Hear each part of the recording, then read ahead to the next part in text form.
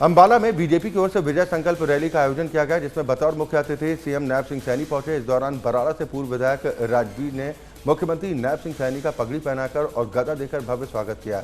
इस मौके पर उनके साथ हरियाणा परिवहन मंत्री असीम गोयल, अंबाला से लोकसभा प्रत्याशी बंतु कटारिया और राज्यसभा सांसद कृष्णपाल पवार समेत अन्य नेता मौजूद रहे। रैली को संबोधित करते हुए सीएम नैब सिंह सैनी ने प्रदेश की सभी 10 लोकसभा सीटों पर बीजेपी प्रत्याशियों को जिताने की अपील की।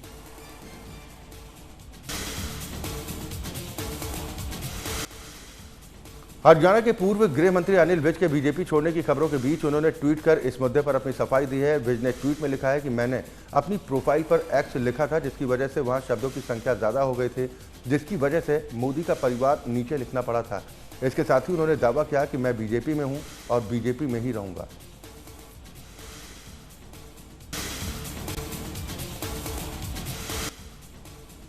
निशांत सिंह के इस्तीफे पर सिरसा से बीजेपी लोकसभा उम्मीदवार डॉक्टर अशोक तंवर का बयान सामने आया। उन्होंने कहा कि अगर निशांत सिंह बीजेपी में आते हैं तो उनका पार्टी में स्वागत है। उन्होंने कहा कि दूसरी पार्टी के नेताओं के सामने बीजेपी के अलावा किसी और पार्टी का विकल्प नहीं है, क्योंकि बीजेपी में शामिल होने वाले नेताओं को मान सम्मान मिलता है।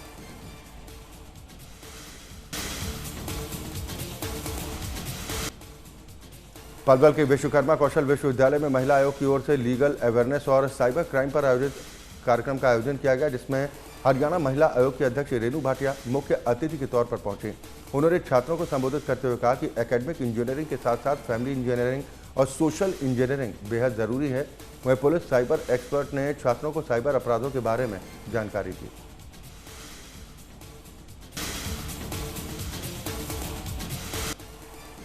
यमुनानगर में एक बुजुर्ग महिला की हत्या का मामला सामने आया है। हत्या का आरोप महिला के बेटे पर लगा है। पुलिस के मुताबिक प्लॉट बेचने के बाद रुपए न देने पर बेटे ने महिला की हत्या कर दी और शव को उत्तराखंड के डालीपुर बांध के पास नहर में फेंक दिया।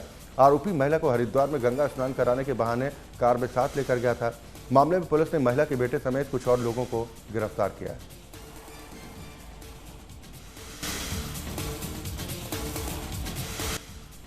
गुरुग्राम में गेमिंग ऐप के जरिए लोगों से ठगी करने के मामले में साइबर क्राइम यूनिट ने एक बैंक कर्मी समेत 2 युवकों को गिरफ्तार कर लिया है। आरोपी गेमिंग ऐप से बैंक खाते को जोड़कर रुपए कमाने का लालच देकर खाते खोलते थे।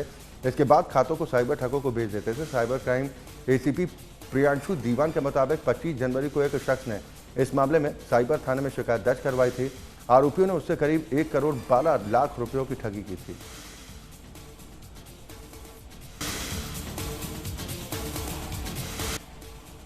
लोकसभा चुनाव में मतदान प्रतिशत बढ़ाने के लिए फरीदाबाद में मतदाताओं को प्रेरित करने के लिए कार्यक्रम का आयोजन किया गया। इस दौरान जिला प्रशासन ने मतदाताओं के साथ साथ स्कूल में पढ़ने वाले छात्र छात्राओं को भी अपने परिजनों को वोट डालने के लिए प्रेरित करने के लिए शपथ दिलवाई। फरीदाबाद के डीसी विक्रम सिंह ने कहा कि 2019 में फरीदाबाद में मतदान का प्रतिशत कम रहा था। इस बार इसे बढ़ाने के लिए 7 लाख से भी ज्यादा लोगों को शपथ दिलवाई जा रही।